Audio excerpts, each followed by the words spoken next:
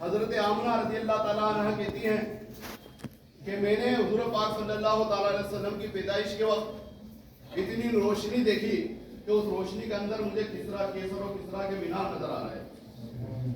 حضور پاک صلی اللہ تعالیٰ علیہ وسلم نے جو نظام دیا، حضور پاک صلی اللہ تعالیٰ علیہ وسلم نے ہم کو جو پیغام دیا، آپ کی سیرت پاک جو دی حضور پاک صلی اللہ تعالیٰ علیہ وسلم نے، پڑوسیوں سے کیسا سلوک کیا جائے یہ حضور پاک صلی اللہ تعالیٰ علیہ وسلم نے سکھلایا، لوگوں سے عورتوں کے ساتھ کیسا سلوک کیا جائے، بچوں کے ساتھ کیسا سلوک کیا جائے اور دشمنوں کے ساتھ کیسا سلوک کیا جائے، یہ حضور پاک صلی اللہ تعالیٰ علیہ وسلم کی سیرت میں نظر آتا ہے۔ محترم بزرگ دوستوں، جن لوگوں نے سیرت نبی پڑھی ہے وہ سیرت نبی جو پڑھتے ہیں یا سنتے ہیں یا ان کو تھوڑی سی فکر ہے، وہ یہ لوگ جانتے ہیں کہ کس وقت کیا کام کرنا ہے۔ پچھلے ہفتے 2-4 روز کے اندر جو بھی معاملہ ہوا وہ آپ سب کی نگاہ میں ہے، نہیں ہے تو آپ نے پیپر وغیرہ کے ذریعے پڑھ لیا ہوگا۔ اللہ تبارک و تعالیٰ نے بہت بڑا کرم فرمایا، جس وقت ہم کو خبر لگی تھی اسی وقت سے سب لوگ شروع ہو گئے تھے، اور اس کے پہلے یہ جو کاروائی ہوئی ایسی کاروائی نہیں ہوئی، لیکن اس سے ہم خوش نہیں ہیں۔ میرا صاف کہنا ہے کہ تقریباً 200 سال سے مسلمان یہاں پر اس مسئلے میں لگا ہوا ہے، اور یہاں پر جتنے بھی لوگ نماز پڑھنے آتے ہیں ان سب کا اس میں برابر حصہ ہے۔ اللہ تبارک و تعالیٰ اس کی جزا آپ لوگوں کو ضرور عطا فرمائے۔ آپ لوگ جو سب لوگ شامل ہیں، یہاں کوئی کسی کے باپ کی وقوتی نہیں ہے، نہ میری نہ اور کسی کی۔ یہ مسجد ہے، اس میں سب کا برابر کا حصہ آپ کے تعاون سے چلتی ہے، دو سے سستی ہے یہ۔ ابھی تو یہ معاملہ نپٹا، اللہ تبارک و تعالیٰ نے بڑا کرم عطا فرمایا۔ آپ لوگوں سے گزارش یہ کروں گا کہ آپ آج 2 رکعت نماز شکرانے کی ضرور پڑھیں، اپنے جمعے کی نماز انشاءاللہ نماز پڑھیں گے آپ سب لوگ۔ حضور پاک صلی اللہ تعالیٰ علیہ وسلم کی بات کری تو حضور پاک صلی اللہ تعالیٰ علیہ وسلم کی جب پیدائش ہوئی اس وقت 2-3 سوال ہیں جو آدمی کے ذہن میں، انشاءاللہ سیرت النبی تو اپن اگلی بار سے شروع کریں گے، لیکن 2-3 سوال ہیں جس کو آج تھوڑا سا حل کرنے کی کوشش کرتے ہیں۔ جب حضور پاک صلی اللہ تعالیٰ علیہ وسلم نے ارشاد فرمایا کہ میں 2 ذبیحوں کا بیٹا ہوں، تو یہ 2 ذبیح کیا ہے؟ ہوا یہ کہ سب سے پہلا قدم خانہ کعبہ میں حضرت ابراہیم علیہ السلام نے رکھا، آدم علیہ السلام کے بعد۔ وہ وہاں پر وہ قبیلہ آباد تھا، اس قبیلے کے آباد ہونے کے بعد وہاں پر سے یہ ہوا کہ قبیلہ زروم نام کا ایک دوسرا قبیلہ آیا، اس قبیلے نے وہاں پر حملہ کیا۔ اسماعیل علیہ السلام چونکہ بڑے ہو گئے تھے اور اس قبیلے کی ایک خاتون کے ساتھ ان کا نکاح بھی ہو گیا، تو وہاں پھل پھول رہے تھے، لیکن دوسرا قبیلہ آیا، اس نے وہاں پر حملہ کیا، اور جب اس نے وہاں پر حملہ کیا تو ان لوگوں کو سب کو وہاں سے روانہ کر دیا۔ جب یہ روانہ ہوئے تو 2-3 سال کی مدت تک یہ لوگ وہاں پر آس پاس دوسری جگہ رہنے لگے۔ تو جانے سے پہلے انہوں نے ایک کام کیا تھا کہ آب زمزم کے کنویں کو پورا پاٹ دیا، اس کو پورا بند کر دیا تھا، آب زمزم کے کنویں کو۔ اپنے ہتھیار بھی اس میں ڈال دیے تھے، اپنا سونا چاندی بھی اس میں ڈال دیا تھا، اور یہ مدتیں گزرتی گئی، 100 150 200 تقریباً 300 سال گزر گئے۔ 300 سال کے بعد حضور پاک صلی اللہ تعالی وسلم کے خاندان کے، ابھی تو حضور کی پیدائش نہیں ہوئی، اس کے پہلے کا واقعہ، خاندان کے اپن سب لوگ اکٹھا ہوں اور جو اپنا خانہ بدوش زندگی گزار رہے ہیں اس کو ہٹائیں، اور جا کے انہوں نے خانہ کعبہ میں جو قبیلہ آباد تھا اس پہ حملہ کرا اور اس کو وہاں سے مار کے بھگا دیا۔ تو مختلف یہاں کے جو شخص تھے، حضور پاک صلی اللہ تعالیٰ وسلم کے چچا کے والے، ان کا بھی نام مختلف تھا، ان کو خواب آیا کہ آب زمزم کو کھودو، تو ان کو کچھ زیادہ پتہ نہیں چلا۔ پھر دوسرے روز خواب آیا کہ آب زمزم کو کھودو خون اور گوبر کے درمیان، پھر بھی ان کو کچھ زیادہ سمجھ میں نہیں آیا۔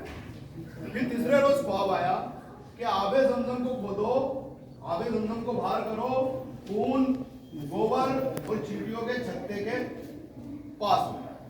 تو انہوں نے بیان کیا کہ چلو گھومتے ہیں، وہاں گئے، ادھر گھوم رہے تھے تو ایک جگہ خون بھی پڑا ہوا نظر آیا، گوبر بھی پڑا ہوا نظر آیا، اور انہوں نے ادھر ادھر دیکھا تو چیٹیوں کا چھتا بھی نظر آیا، اور بولا یہ تو ہم کو خواب میں نظر آ چکا تھا، اور حضرت ابراہیم علیہ السلام کو بھی خواب آیا تھا۔ تو انہوں نے وہاں پر کھودنا شروع کیا، وہاں پر کھودنا شروع کیا تو دھیرے دھیرے جو انہوں نے آب زمزم کو بند کرا تھا،